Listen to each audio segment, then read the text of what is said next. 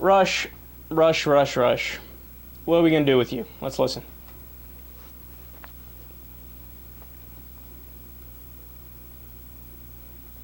Folks, we are so far beyond any of that. In the first place, Obama isn't in any trouble. I don't know how else to say this. Obama's not in any jeopardy whatsoever. Folks, let me tell you something. I'm just going to launch here. I'm going to do this with as much restraint as possible. But in my humble thinking, the people of this country, if it came to this, are simply not going to tolerate the first black president being removed from office. And if that's not going to happen, all the rest of this is academic.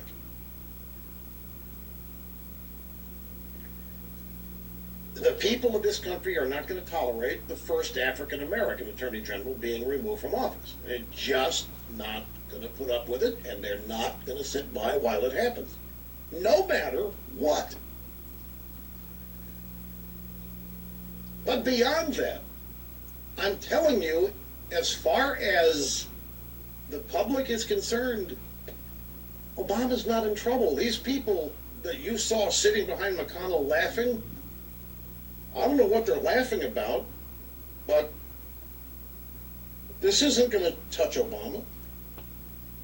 Benghazi's not going to touch Obama. What does race have anything to do with what he's talking about? Look, he's referring to Obama's approval rating going up in the wake of the scandals.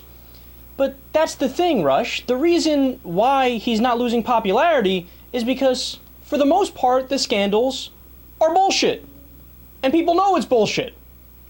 Look, you guys know, for the Associated Press scandal where the Justice Department was essentially spying on the AP and a reporter from Fox News for months and reading their emails and listening to the phone calls, that is a real scandal, but nobody's talking about that. The Republicans let that slide because they're focusing on the IRS scandal, which isn't a scandal. It's more of a scandal about the 501c4 groups, which shouldn't exist in the first place.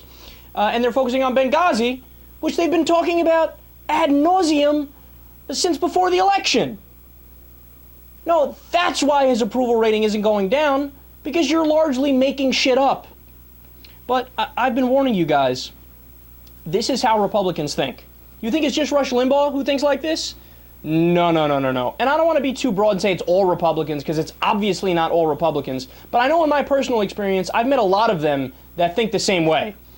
And they genuinely believe that not only is it that racism against minorities, black people, Hispanic people, etc., not only does that no longer exist, but in fact, black people get extra perks. And they get an advantage in society. Remember Scalia and his silly comment? He said that the Voting Rights Act is a perpetuation of racial entitlement. I mean, how can you be that stupid? You want to know why we needed the Voting Rights Act? Because black people weren't fairly able to vote. There would be poll taxes, and there would be, the test that they give you at the poll, because they don't want you to vote. The white people don't get the test, but they get the tests. You know, it was at the same time we moved towards desegregation of schools as the Voting Rights Act. No, obviously we needed the Civil Rights Movement and the Voting Rights Act because they weren't treated as equals. But no, it's a perpetuation of racial entitlement. It wasn't that whites felt entitled and they put down black people. It was the reverse.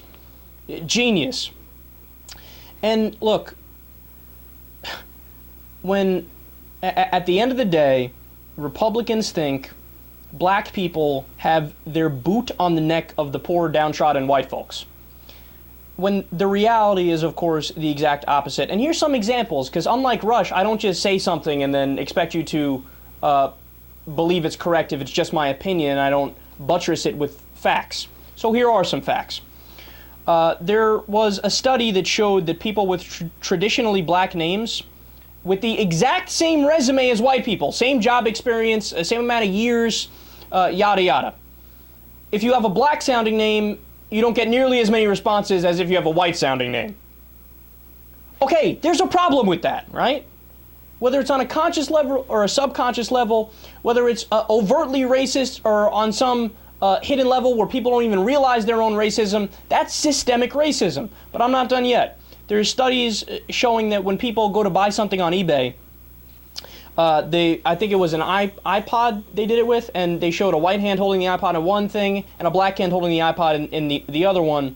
And it would be the same product description, the same price, just the hand was different. And people were much less likely to try to buy from the black hand than they were from the white hand. But no, racism doesn't exist. Also, overall, economically speaking, black people make 83 cents on the dollar for the same work as white people. But no, obviously, it's that Barack Obama has such an advantage because he's black, so that's why there's no consequences associated with what happened.